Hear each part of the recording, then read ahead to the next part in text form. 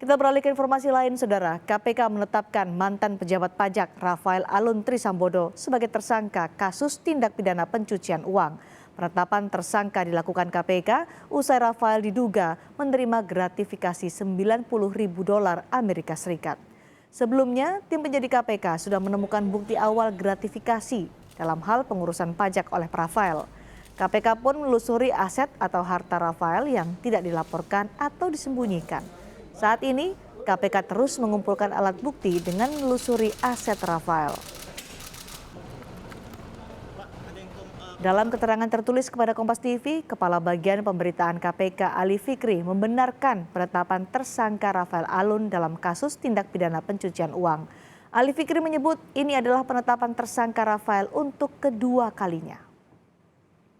Apa saja temuan KPK atas dugaan gratifikasi Rafael Alun Trisambodo? Kita temui jurnalis Kompas TV Niputu Trisnanda yang akan melaporkan dari gedung KPK. Putu, diduga Rafael Alun menerima $90.000 Amerika Serikat. Selama ini harta itu disembunyikan di mana? Karena di LHKPN Rafael sebelumnya dilaporkan ada 56,1 miliar rupiah. Ya, selamat petang Cindy dan juga saudara. Memang sampai dengan saat ini hal tersebut belum diungkapkan secara detail oleh KPK sendiri. Bahkan tadi saat konferensi pers sendiri KPK ini masih menyebut proses penyidikan ini masih terus dilakukan, sehingga untuk kemudian menjaga bagaimana informasi ini yang dikumpulkan bisa juga dimasukkan dalam proses penyidikan dan juga melakukan perampasan aset dan mengembalikan kerugian-kerugian negara, sehingga ada beberapa hal yang tidak bisa disampaikan kepada publik. Jadi pertanyaan soal di mana ini masih juga menjadi fokus utama dari KPK.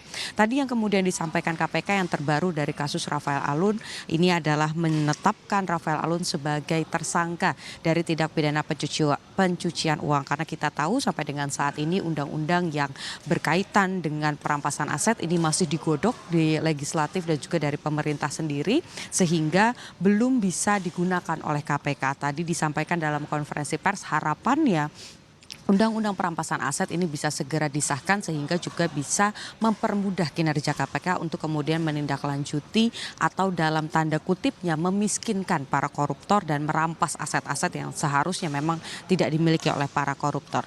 Sampai dengan saat ini yang terbaru Rafael Alun sudah menjadi tersangka dari tindak pidana pencucian uang. Memang untuk bicara soal modusnya ini masih sama, bagaimana kemudian ada pengkondisian ataupun juga memanfaatkan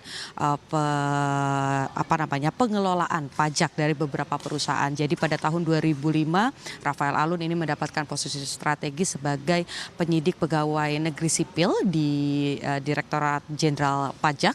Kemudian juga pada 2011 ini juga naik jabatannya masih dalam lingkup yang sama soal penyidikan juga, sehingga bisa mengecek bagaimana dan apa saja perusahaan-perusahaan yang kemudian dalam proses pajaknya ini tidak sesuai dengan ketentuan ataupun juga ada hal-hal yang janggal.